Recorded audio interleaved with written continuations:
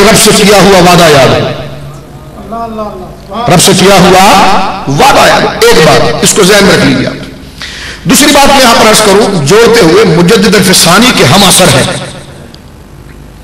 آپ کے دور کے بزرگ ہیں، بہت بڑے عالم دین سیالکوٹ کے عبد الحکیم سیالکوٹی رحمت اللہ تعالی، جن کا علمی تبحر اتنا تھا کہ حضرت میاں میر شریف کے دربار میں آپ کی بڑی قدر و منزلت تھی، اور مغل بادشاہوں کے درباروں میں آپ کی بڑی قدر و منزلت تھی، اور اس دور میں بر صغیر کے چوٹی کے علماء میں آپ کا نام آتا تھا.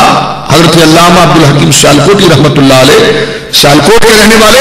اقبال نے ان کے بارے میں، کیونکہ اقبال بھی سیالکوٹ کے تھے، اقبال نے ان کے بارے میں اپنے مکتوب میں لکھا ہے کہ اقبال کہتے ہیں جب اپنی جوانی میں جامع ازہر پہنچا، جامع الازہر کے اندر میں پہنچا، تو اقبال کہتے ہیں کہ جب وہاں پر میرا تعارف عرب کے علماء سے ہوا تو انہوں نے مجھ سے پوچھا کہ کہاں سے آئے ہیں، تو کہتے میں نے سیالکوٹ کا نام لیا. تو کہتے جب میں نے سیالکوٹ کا نام لینا تھا کہ تمام علماء کا ایک حالہ میرے گرد تن گیا، اور ہر بندہ آتا مجھے مبارکباد دیتا اور دعوت دیتا. تو میں بڑا حیران ہوا کہ میرا اس قدر استقبال کس بنا پر ہو رہا ہے. تو ایک شیخ سے جب میں نے پوچھا کہ اس قدر پذیرائی میرے لیے کیوں ہو رہی ہے، تو کہا تم سیالکوٹ کے رہنے والے ہو. تو میں نے پوچھا مصر کے علماء سے کہ آپ سیالکوٹ کو کیسے جانتے ہیں، تو کہا وہیں سے عبد الحکیم آیا تھا جس نے ہمیں قرآن پڑھنا سکھایا ہے، قرآن کا فہم دیا ہے. تو آپ کا بیزاوی پر حاشیہ بہت مشہور ہے. عبد الحکیم سیالکوٹی رحمت اللہ علیہ کا بیزاوی یہ غالباً 1060 ہجری میں ان کا وصال ہوا ہے. میاں میر شریف جو لاہور میں آرام فرما رہے ہیں ان کے دور کے ہیں، اور یہ مجدد صاحب ہی کے دور کے بزرگوں میں سے ہے. بات میں آپ کو بتا رہا ہوں کہ حضرت عبد الحکیم سیالکوٹی رحمت اللہ علیہ وہ کسی مرتبہ فکر کے نزدیک متنازع نہیں ہے. مجدد صاحب بھی کسی مرتبہ فکر کے نزدیک متنازع بولے نہیں ہے. ابھی میں ذکر کروں گا آپ کے ساتھ. اعلیٰ حضرت کو تو آپ اعتراض کر سکتے ہیں، کر سکتے ہیں. پیر مہر علی شاہ صاحب کسی بھی مرتبہ فکر میں متنازع نہیں ہے، جو اپنے آپ کو سنی کہتا ہے. مجدد الفسانی کسی بھی مرتبہ فکر میں متنازع نہیں ہے. شاہ عبدالحق محدث دہلوی کسی مرتبہ فکر میں متنازع نہیں ہے. تو تھوڑا ذرا ٹھنڈے دماغ سے سوچئے کہ یہ شخصیات ایسی ہیں کہ دیوار سے اس طرف جو مسجد ہے وہ بھی اپنے منبر پر ان کو رحمت اللہ علیہ کہہ رہے ہیں، اور دیوار کے اس طرف جو مسجد ہے یہ بھی اپنے منبر پر ان کو رحمت اللہ علیہ کہہ رہے ہیں. تو آپ نے سوچنا ہے کہ جب یہ شخصیت دونوں کے لیے اولیاء اور ولایت کا درجہ رکھتی ہے تو ہم دیوار کو توڑ کے دونوں مسجد کو ایک کیوں نہ کر لیں. تو کہنے لگے وہ ایک کیسی ہوگی. ہم نے کہا تیرا ممبر نہ میرا ممبر، ممبر ان کا ہوگا میری بھی ان کی ہوگی. بات ختم. جن عقیدوں کو رکھ کر یہ رحمت اللہ علیہ ہوئے ہیں تو وہ عقیدت تو نے بھی رکھنا، میں نے بھی رکھنا. جب ان کا ذکر تیرے ممبر پر ہو ہمارے ممبر پر بھی ہو تو ہم دیواریں توڑ کے مسجدیں کر لیتے ہیں. جو ان کی تعلیم ہے اس کو میں بھی بیان کروں، تم بھی بیان کرے. تو یہ ہماری طرف سے کھلی دعوت ہوا کرتی ہے اہل سنت کی طرف سے.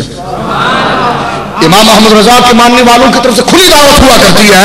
اور میں ذکر کروں گا آپ کے سامنے کہ یہ وہ شخصیات ہیں بڑی نادر بحث ہے، میں آپ کی خدمت رکھنا چاہ رہا ہوں، لیکن آپ کے ذہنوں کو بیدار کرنے کے لیے یقین کی جواہر آپ کے جب میں سینوں میں انڈھیلوں گا تو اس سے پہلے آپ کا سینہ اس کا مکمل ظرف اور برتن بن جائے.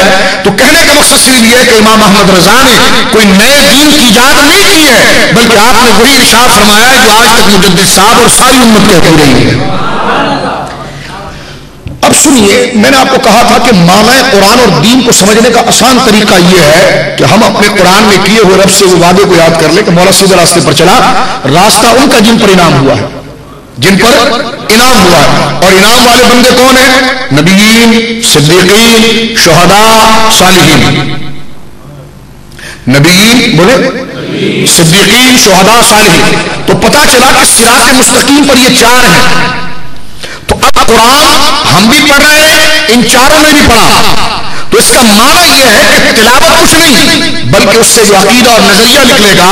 تو قرآن تم پڑھنا، اس کو نبیین سے سمجھنا، صدیقین سے سمجھنا، شہداء سے سمجھنا، صالحین سے سمجھنا، یہ اس کی تعبیرات. اب اگر قرآن نبی نے ہی سمجھا ہے، کہتے ہیں ہمارے دو اصول ہیں، اہل حدیث سے ہمارے دو اصول ہیں، قرآن اور اس کا رسول ہے.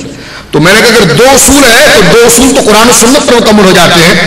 اور قرآن کہتا ہے کہ سیدھے راستے پر چار جماعتیں، نبیین، صدیقین، شہداء، صالحین.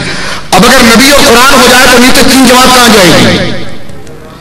یہ نیچے تین جماعت صدیقین کہاں جائیں گے؟ شہداء کہاں جائیں گے؟ صالحین کہاں جائیں گے؟ اگر تم میں شہداء نہیں ہے تو ہمارے پاس آ جاؤ، صدیقین تم میں نہیں ہے تو ہمارے پاس آ جاؤ، اولیاء صالحین تم میں نہیں تو ہمارے پاس آ جاؤ۔ لیکن قرآن نے یہ شرط لگائی ہے کہ قرآن کا ترجمہ ان چار ذاتوں سے ہوگا، یعنی جو نبی سمجھے گا وہ صدیق کو سمجھائے گا، صدیق جو سمجھے گا وہ اولیاء کو سمجھائے گا، اور اولیاء نے جو سمجھا ہے پھر ہم کہیں گے مولا انہی کے راستے کے پیچھے چلا ہے۔ تو یہ فرقہ واریت کا جنازہ نکالنے کے لیے واحد اور بہترین حل ہے۔ سادہ سی بات میں آپ کے سامنے کر رہا ہوں کہ جب دیوار کے اس طرف وہ شخصیت آپ کے لیے بھی معتبر میرے لیے بھی معتبر، تو ہم دست و گریباں کیوں ہوں، ایک دوسرے پر فتوے کیوں لگائیں، ایک دوسرے کے ساتھ مار دھاڑ کیوں کریں، میں کیوں تفہیم القرآن لکھوں اور آپ کیوں فہم قرآن پر رد دیں۔ ساری بات چھوڑیے، جب دین انہوں نے بیان کر دیا ہے تو تحقیق ہم آگے کریں گے، قرآن کا فہم حاصل کریں گے، لیکن اصول اور ضابطے یہی ہوں گے جو ان بزرگوں نے ذکر کیا ہے تاکہ امت میں وحدت رہے۔ اسی بات کو میں آگے ذکر کر رہا تھا، دوسرے حوالے سے توجہ فرمائیے۔ حضرت علامہ عبدالحکیم سیالکوٹی رحمۃ اللہ علیہ، جن کی شخصیت کے بارے میں نے سر 10 چند باتیں آپ کی خدمت میں ذکر کیا ہے، یہ بڑی معتبر اور علمی شخصیت ہے۔ یہ وہ شخصیات ہیں جو فن میں امامت کا درجہ رکھتے ہیں، تفسیر میں امامت کا درجہ رکھتے ہیں۔ یہ جس بات کو کہہ دے تو پھر ساری امت کا رخ ان کی طرف ہوتا ہے، یعنی اللہ نے اس دھرتی پر ان کو اپنی نمائندگی کے لیے نمائندہ بنایا ہے۔ صراط الذین انعمت علیہم، انعام یافتہ بندوں کے پیچھے چلا تو انعام یافتہ بندے ہر دور میں ہوتے ہیں، ہر صدی میں ہوتے ہیں، جن کو ہم فالو کرتے ہیں، جن کا کردار ہماری حجت ہوتا ہے، جن کی محبت خود بخود اللہ ہمارے دلوں میں ڈال دیتا ہے۔ جو بخاری کی حدیث ہے نا، جب اللہ ان سے پیار کرتا ہے تو زمین آسمان میں اعلان کر دیتا ہے کہ سب پیار کرو، اور پھر بخاری کی حدیث ہے کہ آخر کے کلمات حضور فرماتے ثم یودع لہ القبول فی الارض، اللہ ان کے نام کی مقبولیت کو زمین پر رکھ دیتا ہے۔ تو مقبولیت گمراہی کے لیے تو نہیں رکھتا نماز اللہ، اس لیے رکھتا ہے کہ جو مقبولیت اس سے خدا مقبول اور معروف کرتا ہے، اس لیے کہ گمراہوں کے پیچھے نہ جاؤ، میں نے اسے مشہور کر دیا ہے، بس اسی کی چھتری کے نیچے آ جاؤ۔ تو خدا جو ہے مقبولیت دیتا ہے اس لیے دیتا ہے تاکہ خدا کی راہ واضح ہو، خدا کا مرکز واضح ہو۔ وہ ہر جگہ پر خدا کا قبلہ ہوتے ہیں، خدا کا کعبہ ہوتے ہیں، خدا کی محبت کا مرکز ہوتے ہیں۔ تو خدا جو ہے مشہور کرتا ہے، اس لیے مشہور کرتا ہے کہ جو خدا کے نیک بندے ہیں وہ ان کا تعارف جلدی حاصل کر لیں، وہ ان کی شہرت جلدی پا لیں، اور حدیث پاک میں آتا ہے کہ اللہ ہر ایک کے دل میں ان کی محبت کو خود بخود داخل کر دیتا ہے۔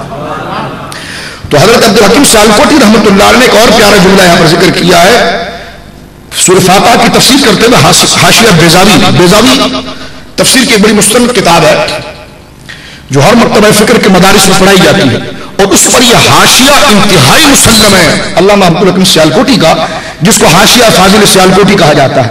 یہ بعض دفعہ حاشیہ فاضل لاہوری بھی کہا جاتا ہے، تو چاہے فاضل لاہوری یا فاضل سیالکوٹی، اس سے مراد عبدالحکیم سیالکوٹی علیہ رحمہ ہی ہے۔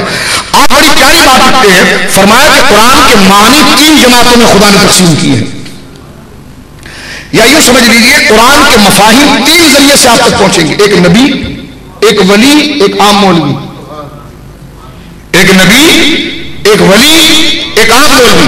ولی وہ نہیں جو آپ اس طرح گانے کسی کو اللہ کے ولی، اللہ کے ولی، وہ مراد نہیں، یہ مجدد صاحب مراد ہے، جن کی ثقافت، جن کے تقوی، جن کے کردار، جن کی بردباری پر، اور جنہوں نے اسلام کے لیے ایسی قربانیاں دی ہو جن کے وجود سے اسلام کو تحفظ ملا ہو، وہ اولیاء جیسے داتا علی حجویری ہے، سرکار غوث اعظم ہے، حضور سیدنا بہاؤالدین زکریا ہے، حضرت خواجہ غریب النواز ہے، حضرت مجدد ثانی ہے، حضرت شاہ عبدالحق محدث دہلوی ہے۔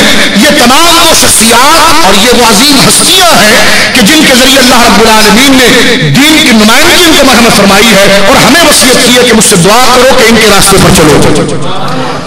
اب عبدالحکیم سیالکوٹی رحمۃ اللہ علیہ بڑا آسان سے ایک نسخہ پیش کرتے ہیں، فرماتے ہیں دیکھیں جی 3 جماعت ہیں، آپ نوجوان ہیں، میں آپ کے سامنے اصول پیش کرتا ہوں، اگر اختلاف ہے تو آپ مجھے ذکر کر سکتے ہیں، ورنہ میں سمجھتا ہوں اس سے بہترین سولوشن کوئی نہیں ہے، اس سے بہترین اتفاق کوئی نہیں ہے۔ دیکھیں اتفاق کے لیے اللہ نے یہ کہا نا کہ دعا کرو کہ انعام یافتہ بندوں کے پیچھے چلوں، تو یہ اللہ نے کہا اس لیے کہ ہر ایک کے پیچھے نہیں چلنا، اور میں تو ہر ایک کے پیچھے چلا جاتا ہوں، کسی کے پیچھے بھی پڑھ لیتا ہوں، ہر ایک کے پیچھے۔ تو ہم نے کہا اللہ نے ہر ایک کے پیچھے نہیں کہا ہے، اللہ نے فرمایا انعام یافتہ بندوں کی اتباع کرنی ہے۔ کس کی اتباع کرنی ہے؟ تو تھوڑا سمجھے، ہم دعا کرتے ہیں انعام یافتہ، اگر ہر ایک کے پیچھے چلنا ہے تو اس دعا کا کوئی کمال ہی نہیں رہا، اس کو مانگنے کی کیا ضرورت ہے؟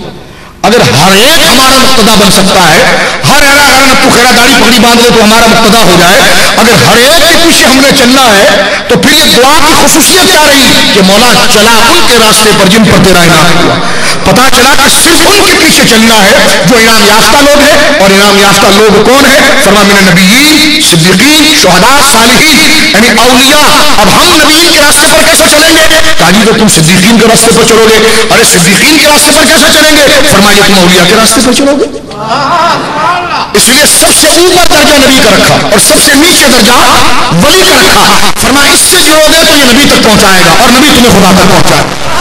اور فرمایا جب اوپر سے علم آئے گا تو وہ نبی کے پاس آئے گا اور سب سے آخر میں ولی کے پاس آئے گا. اور جب تم نے اوپر جانا ہوگا تو ولی سے جڑنا پڑے گا. یہ ولی تمہیں نبی تک پہنچائے گا اور نبی تمہیں خدا تک پہنچائے گا. یہ قرآن کی ترتیب ہے، من النبیین، صدیقین، شہداء، صالحین. اگر اس کو آپ الٹی طرف سے پڑھیں تو پھر کیا آتا؟ صالحین، شہداء، صدیقین، نبیین. تو پتا چلا یہ طریقہ ہے. اور اسی کو حضرت فاضل سیالکوٹی علیہ رحمہ ذکر کرتے ہیں کہ قرآن کی تفہیم اور قرآن کے معنی بیان کرنے والی تین جماعت ہے. یہ تین شخصیت ہیں جو قرآن کی معنی کو ذکر کرتے ہیں. ایک تو نبی خود ہے جو اصل قرآن کے معنی کو جانتے ہیں. اس کے بعد اولیاء ہے جو نبی پاک صلی اللہ علیہ وسلم کے قرب خاص میں رہ کر، کیونکہ ولایت اسی کو ملتی ہے نا جس کا ایمان مضبوط ہوتا ہے، جس کا عمل اچھا ہوتا ہے. اب اگر عقیدہ ملا ہی نہیں تو ایمان کیسے اچھا ہوگا؟ پتا چلا اچھا عقیدہ ملا ہے جب تو ولی بن گیا. کیونکہ ولایت کے لیے نماز بعد میں، ایمان پہلے شرط ہے. ہندو جوگی اگر پہاڑوں میں پھر رہا ہو اور ساری زندگی وہ بھٹک کر اس نے گویا کہ تجرد کی زندگی گزار دی ہو تو اس کا بھٹکنا اسے جنت میں نہیں لے جا سکتا. اس لیے خالی مشقت جنت میں نہیں لے جاتی، ایمان جنت میں لے کے جاتا ہے. اور ایمان اچھے عقیدے کو کہتے ہیں، ایمان اچھے عقیدے کو کہتے ہیں. تو تین طبقے ہیں. فرمایا تین طریقے ہیں قرآن کو سمجھنے کے: نبی، ولی اور عام مولوی. یہ تین طریقے ہیں، نبی، ولی اور عام مولوی. اب اس عام مولوی کی بات معتبر جب ہوگی کہ جب اس کی بیان کردہ تفسیر ولیوں کی ولایت والی تفسیر سے جڑ رہی ہو، ولیوں کی ولایت والی تفسیر سے جڑ رہی ہوگی. اور اگر کوئی کہے کہ میں تفسیر القرآن لکھ رہا ہوں، ہم نے کہا یہ تو کوئی طریقہ ہی نہیں ہے.